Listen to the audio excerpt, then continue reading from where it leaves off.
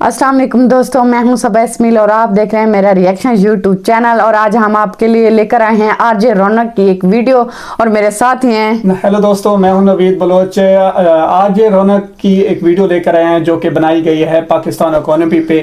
लेकिन इससे पहले हमारा चैनल सब्सक्राइब कर लें। बढ़ते हैं इस वीडियो की तरफ, उसके बाद इस पे मजीद बातें होंगी। बुरे काम करता है तो उसे यह कहा जाता है कि नरक जाओगे, और अगर कोई नर्क जाकर भी बाज नहीं आता तो उसे यह कहकर धमकाया जाता है कि अबे सुधर जाओ वरना पाकिस्तान जाओगे। Are you comedy me? इससे हुआ यह कि पाकिस्तानियों ने भी नर्क जाने की धमकियों से डरना बंद कर दिया है, क्योंकि उन्हें भी यह पता है कि जैसी जिंदगी में वो पाकिस्तान में जी रहे हैं उसके बाद नर्क में भी उनके लिए कोई सरप्राइज नहीं है। नमस्कार दोस्तों, जय हिंद। मैं हूं रौनक। फनतंत्र में आपका स्वागत है। आज से T20 लीग चालू है और माई 11 सर्कल ऐप वाले सेकंड प्राइज में 1 करोड़ रुपए दे रहे हैं। जब सेकंड प्राइज में 1 करोड़ है तो सोचो फर्स्ट प्राइज कितना बड़ा होगा। खैर, इसके बारे में आगे वीडियो में बात करेंगे, लेकिन दोस्तों पाकिस्तान के बारे में जब भी मैं कोई मजाक करने की सोचता हूं तो मुझे मेरी फटी हुई बनियान याद आ जाती है। वो बनियान जिसे पहले 3 साल तक मैंने पहना, फिर उसे पहनकर मेरा छोटा भाई स्कूल गया, फिर जब वो बनियान पुरानी हो गई तो मम्मी ने उससे घर पे पोंछा लगाया, पोंछा भी जब पुराना हो गया तो पापा ने उससे अपना स्कूटर साफ किया, और आज जब वो बनियान चीथड़ा चीथड़ा हो चुकी है, उसका एक एक धागा निकल चुका है, रेशा रेशा अलग हो चुका है, तो मैं सोचता हूं कि इस बेचारी का अब क्या ही किया जाए। बर्बाद पाकिस्तान पर अब मैं जब कोई जोक बनाने की सोचता हूं तो मुझे मेरी उसी फटी हुई बनियान की याद आ जाती है, और मैं सोचता हूं कि इस नंगे की अब क्या ही इज्जत उतारी जाए। नहीं, आप मेरी तरफ से भाड़ में जाएं। मगर बात यही खत्म नहीं होती मेरे दोस्त। सवाल यह है कि यह बनियान फटी कैसे। एक वक्त जो पाकिस्तान भारत से आगे हुआ करता था, जिसकी जीडीपी से लेकर पर कैपिटा इनकम भारत से ज्यादा हुआ करती थी, आज उसकी भारत से तुलना करना तो दूर, कोई एक सेंटेंस में दोनों देशों का अगर नाम भी ले लेना तो लोग नाम लेने वाले को बुर्ज खलीफा के एंटीना की नोक पर मुर्गा बना देते हैं। उसकी जुबान को टॉयलेट क्लीनर से साफ किया जाता है और उसको 3 बोतल हार्पिक से गरारे करवाए जाते हैं, और तो और लस्सी का बोलकर उसे फेविकॉल पिला दिया जाता है ताकि हमेशा के लिए उसकी जुबान बंद हो जाए। बहुत मुश्किल हो रही है यहाँ पे। तो आज के फनतंत्र में हम उसी कंगाल पाकिस्तान को अपने लाफ्टर और पंचेस से मालामाल कर देंगे। साथ ही ये भी बताएंगे कि एक टाइम पर भारत से आगे रहने वाला पाकिस्तान कैसे आज टीवी चैनलों के आईक्यू से भी नीचे जा चुका है। तो अगर आपकी इजाजत हो तो शुरू करें। ये तो करो ना भाई, क्यों नहीं कर रहे? दोस्तों, यूं तो पाकिस्तान ऊपर नीचे दाएं बाएं हर तरह से बर्बाद है, मगर इस वक्त वहां जो महंगाई की हालत है उसने पूरे देश की श्रीलंका लगा रखी है। वहां चीजों के रेट बताऊं तो आपके शरीर के हर छेद से धुआं निकलने लगेगा। रमजान के इस पाक महीने में पाकिस्तान में केले 500 रुपए दर्जन मिल रहे हैं, मतलब 40 रुपए का एक केला। मतलब खुद केला इतना महंगा हो गया है कि वो अकेला ही रह गया है और उसे कोई खरीदने को तैयार नहीं है। 1 किलो अंगूर 1600 रुपए किलो हो गया। मेरे जैसा आदमी तो खाते खाते 3-4 अंगूर ऐसे ही नीचे गिरा देता है, और मेरा मानना है कि अगर अंगूर इतना महंगा हो जाए ना तो उसे किलो के हिसाब से नहीं, पीस के हिसाब से बेचना चाहिए कि भैया 100 रुपए के 3 दाने अंगूर बांध दो।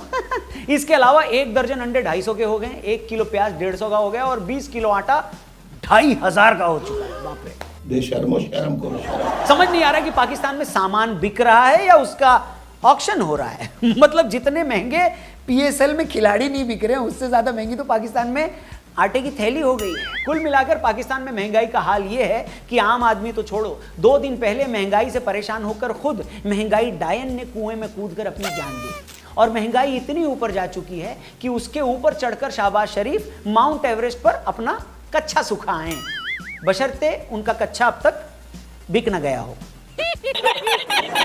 वैसे हमारे पड़ोसियों के पास अगर माई 11 सर्कल ऐप होता तो शायद उनका कोई फायदा हो सकता था, लेकिन आपका फायदा होना शुरू हो गया। कैसे? डिस्क्रिप्शन में लिंक दिया है, उस पर क्लिक करके माई 11 सर्कल ऐप को डाउनलोड करो। आज से T20 लीग चालू है। मेगा कॉन्टेस्ट में सेकंड प्राइज में 1 करोड़ रुपए दे रहे हैं माई 11 सर्कल ऐप वाले। सोचो, जब सेकंड प्राइज 1 करोड़ है तो पहला प्राइस कितना बड़ा होगा ब्रो। यही नहीं, आपके पास मौका है 1 रुपए में आईफोन जीतने का। और याद रहे, ये कॉन्टेस्ट सिर्फ आज के मैच के लिए है, और सिर्फ मेरे सब्सक्राइबर्स यानी आप लोगों के लिए है, और सिर्फ मेरे दिए गए लिंक से ही वो एक्टिवेट होगा। इसलिए आपके पास मौका है डिस्क्रिप्शन में जाकर लिंक पर क्लिक करके माई 11 सर्कल ऐप को डाउनलोड करने का, और 1500 का बोनस कैश, मेरा कूपन कोड रौनक20 लगाओ और पहले डिपॉजिट पे 20% एक्स्ट्रा रियल कैश पाओ। Download now. आगे आओ। अच्छा, उधार वापस न करने को लेकर पाकिस्तान का ट्रैक रिकॉर्ड इतना खराब है कि पर्सनल लोन वाली स्वीटी ने भी शहबाज शरीफ का फोन उठाना बंद कर दिया। शहबाज शरीफ की इमेज इतनी खराब हो चुकी है कि अगर वो किसी वर्ल्ड लीडर को फोन भी करते हैं तो सामने से वो हेलो बाद में बोलता है, पहले ये कहता है कि देख भाई पैसा तो तुझे एक नहीं मिलेगा, कोई और काम हो तो बता। और मजे की बात ये है कि शहबाज शरीफ को कोई और काम होता तो है नहीं, तो वो फोन भी काट देते हैं। हालत यह है कि पिछले साल पाकिस्तान में आई बाढ़ के बाद उसे 16 अरब डॉलर की जरूरत थी, मगर अमेरिका से लेकर चीन तक कोई भी पाकिस्तान को गधा मानने के बावजूद उसे घास डालने को तैयार नहीं हुआ। आखिरकार शहबाज शरीफ ने हाथ की नस काटने की धमकी दी तो सऊदी अरब, चीन, अमेरिका और यूरोपीय यूनियन ने कुछ करोड़ डॉलर का चंदा करके पाकिस्तान के कटोरे में डाले, तब जाकर 9 अरब डॉलर इकट्ठा हो गए। इसके बाद पहली फुर्सत में शहबाज शरीफ बिजली का बिल और दूध वाले का बिल भरा है। पाकिस्तान की उधारी का हाल यह है कि आज उस पर 100 अरब डॉलर का कर्ज है, जिसमें से उसे हर साल 20 अरब डॉलर पैसे वापस करने हैं। मगर हालत यह है कि उन उधार के पैसों को वापस करने के लिए भी कोई उसे उधार देने को तैयार नहीं। अमेरिका और यूरोप में रह रहे पाकिस्तानियों ने पिछले 2-4 सालों से अपने मुल्क में पैसा भेजना भी बंद कर दिया। आज पाकिस्तान पाई का मोहताज हो गया है। हकीकत यह है कि पिछले साल हिंदुस्तान की तरफ से गलती से पाकिस्तान में एक मिसाइल चली, और कोई देश होता तो इसकी शिकायत करता, भारत से युद्ध लड़ लेता, मगर पाकिस्तान ने चूं तक नहीं की और चुपचाप उस मिसाइल का लोहा कबाड़ी वाले को बेचकर खा गया। पिछले साल अमित शाह जी ने एक जूता उठाकर पाकिस्तान में फेंका था, जिस पर शहबाज शरीफ ने कहा कि हिम्मत है तो दोबारा फेंक कर दिखाओ। शाह जी ने दूसरा भी फेंक दिया। इसके बाद शहबाज शरीफ दोनों जूते बाजार में 100 रुपए में बेचकर आधा किलो प्याज ले आए। तुम्हें कैसे पता चला? मगर यह भी सच है कि पाकिस्तान हमेशा से इतना बदहाल नहीं था। हकीकत तो यह है कि 60 के दशक तक पाकिस्तान की पर कैपिटा जीडीपी 83 डॉलर थी और भारत की 82। 1990 तक भारत और पाकिस्तान दोनों की पर कैपिटा जीडीपी 370 डॉलर थी। वहीं 2021 आते आते भारत और पाकिस्तान की जीडीपी का अंतर आईपीएल और पीएसएल की कमाई जैसा हो गया।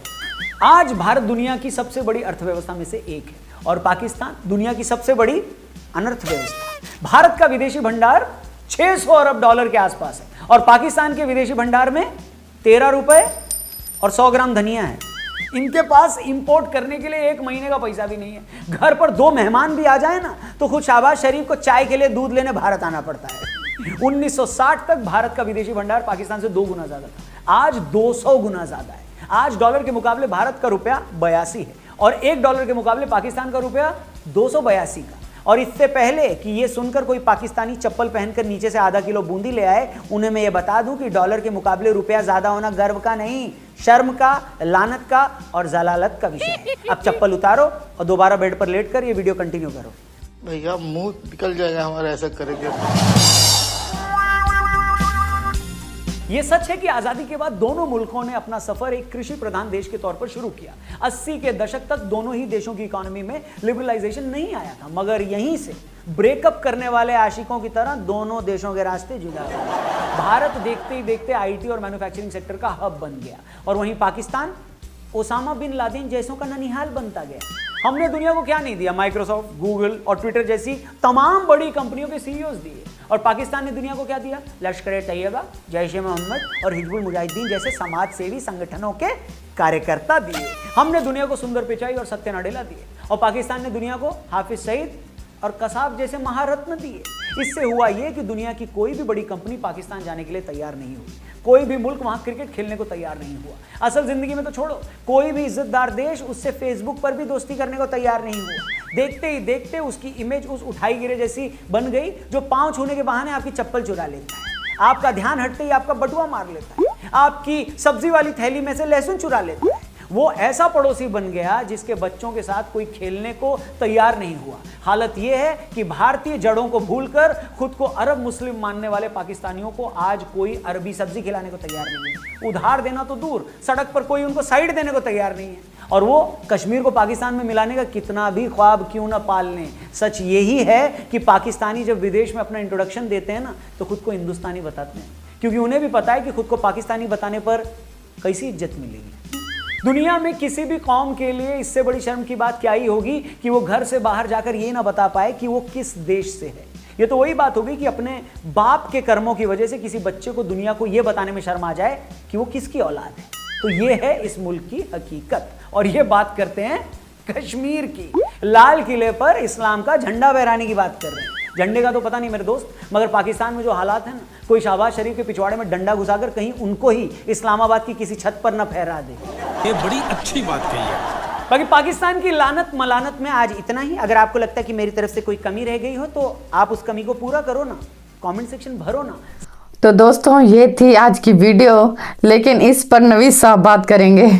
हाँ तो दोस्तों, बीइंग पाकिस्तानी अल्हम्दुलिल्लाह हमें फ़ख्र है। आज रौनक साहब आपने वीडियो तो बहुत प्यारी बनाई है, कंटेंट भी बहुत अच्छा है, बातें भी आपने बहुत अच्छी की हैं, लेकिन आप जो है पाकिस्तानियों की वो चाय भूल रहे हैं जो हमने अभी लंदन साहब को पिलाई थी। आप थोड़ा उनसे पूछ लें। दूसरी बात ये है कि आप कह रहे हैं कि पाकिस्तान में हालात ख़राब हैं, महंगाई ये है, महंगाई वो है। तो भैया अल्हम्दुलिल्लाह जैसे भी हो पाकिस्तान की इकोनॉमी स्टेबल है।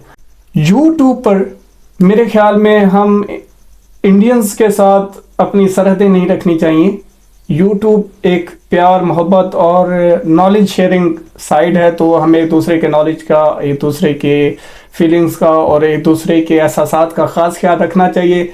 आज रौनक साहब मैं इस बात पे एग्री हूँ कि अब दुनिया में तब्दीली आ रही है, तो इंडियंस को और पाकिस्तानियों को सोचना चाहिए कि हमें यूनाइटेड एशिया कैसे बनाना है।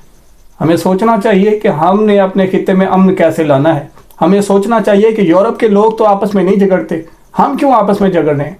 जी दोस्तों, वीडियो को लाइक कर दें, हमारे चैनल को सब्सक्राइब कर दें।